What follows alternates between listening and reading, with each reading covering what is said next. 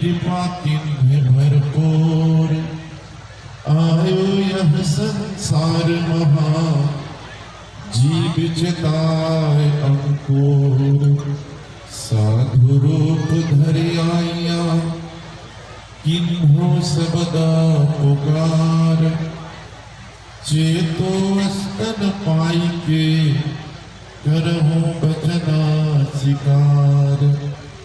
आदरणीय दूर दूर से आए धर्म प्रेमी सज्जनों, माता एवं बहनों, मंच पर बैठे संत महापुरुषों, आज बड़े सौभाग्य की बात है, मधुबनी जिला के अंतर्गत बेला ग्राम में 2 दिवसीय और 2 देश के सहयोग से, भारत और नेपाल के सहयोग से यह स्थानीय जो नवीकरण कबीर आश्रम का निर्माण किया गया है, इस कबीर आश्रम का आयोजन करता महात्मा सुशील साहब जी और बेला के जितने भी संत समाज, भक्त समाज, जमीनदाता, इस सत्संग में सहयोग करने वाले माता एवं बहनों, सभी के द्वारा यह सत्संग का आयोजन किया गया है, जिसमें सत्संग का आज पहला दिन, पहला सत्र है। इसी संदर्भ में साहब के विचारों में से 1-2 पंक्ति को रख रहा हूँ। बोलिए सदगुरु कबीर साहेब की।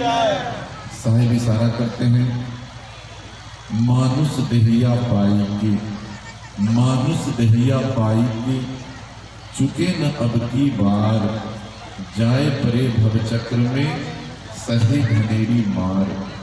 सदगुरु कबीर साहब इशारा करते हैं, हम मानव प्राणी को, जो हम मानव का जो जीवन मिला है, यह मानव का जीवन हम लोगों को भजन, भक्ति, सत्संग, ज्ञान साधना के लिए मिला है।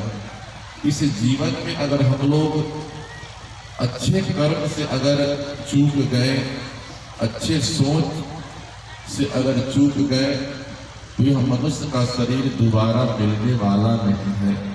क्योंकि आप इतिहास उलट करके देख लीजिए, जो हमारे देश में जितने भी महापुरुष, सदगुरु कबीर साहब, उसके बाद संत रविदास जी, इंद्रमती, खेमसरी और गौतम बुद्ध, बहुत ऐसे हमारे देश में जो महापुरुष हुए, दोबारा उनका जन्म नहीं हुआ, ये हम लोग सब जानते हैं। उसके बाद हमारे दादा परदादा, हमारी माता पिता चले गए, उनको भी दोबारा जन्म नहीं हुआ इस देश में, इस समाज में। तो हम लोगों को भी दोबारा यह जन्म मिलने वाला नहीं है। तो इसी जीवन में अगर हम चाहें तो अपने आप को कर्म के द्वारा अपने कीर्ति बना सकते हैं। क्योंकि मनुष्य जीवन में शरीर बड़ा नहीं, पद प्रतिष्ठा बड़ा नहीं, जो मनुष्य का कीर्ति बड़ा है, विचार बड़ा है, मानवीय गुण बड़ा है, वही मनुष्य बड़ा है। और सदगुरु कबीर साहब हम मानव प्राणी को यह उपदेश दिए हैं, यह सीख दिए हैं, जो यह मनुष्य का जीवन हम लोगों को दोबारा मिलने वाला नहीं है। तो हम लोगों को हर बिंदु पे, हर पहलू पे विचार करने की जरूरत है। आज जो हम लोग यह बेला की धरती पे सुशील साहब जी के द्वारा जो आयोजन किया गया है, इस आयोजन में हम लोग सम्मेलन में आए हैं, संत सम्मेलन। तो संत सम्मेलन का मतलब होता है जो हम अपने आप को इस संत सम्मेलन से हमारे जीवन में यह प्रेरणा मिलनी चाहिए, यह सीख मिलनी चाहिए, जो हमें सुधार हो। तो सुधार ही करने के लिए हम लोग इस सत्संग में आए हैं। अगर आप अपना बहुमूल्य जो समय दिए हैं, यह समय को अगर आप सत्संग में बातचीत करके, या आपका ध्यान जो है कहीं अलग है, आपका शरीर कहीं अलग है, तो सत्संग नहीं होगा। क्योंकि सत्संग का मतलब होता है, जो हम लोग गाते हैं संध्या सुमरन में, श्रोता वक्ता की अधिक महिमा विचार पुण्य नहाई। अगर आप श्रोता और वक्ता मंच पर बैठे हुए हैं, अगर दोनों का सामंजस्य नहीं होगा तो सत्संग नहीं होगा।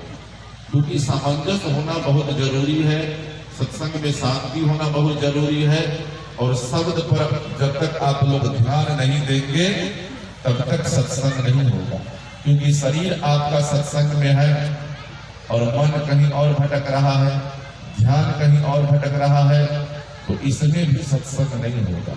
आपका जीवन जो है यूं ही बेकार चला जाएगा, आपका समय बेकार चला जाएगा। क्योंकि समय फिर दोबारा मिलने वाला नहीं है। आप लोग अपने अपने घर से यह संकल्प